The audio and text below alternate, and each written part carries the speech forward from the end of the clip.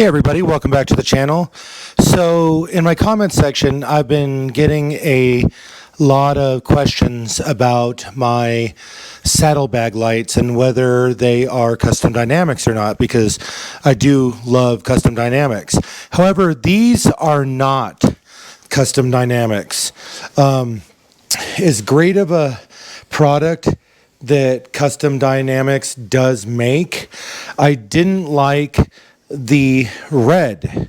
I wanted the amber or yellow to match, just like I have, on the stock rear Harley lights.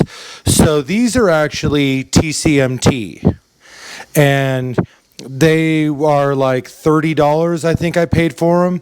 And I have not had an issue. They were super easy to install, and as you can tell, they match everything pretty good. I'll leave a link in a link on where to get them in the description. But like I said, if you guys ever have any questions, or if you have any proposed videos that you want me to make, let me know. I appreciate it. As always, like and subscribe.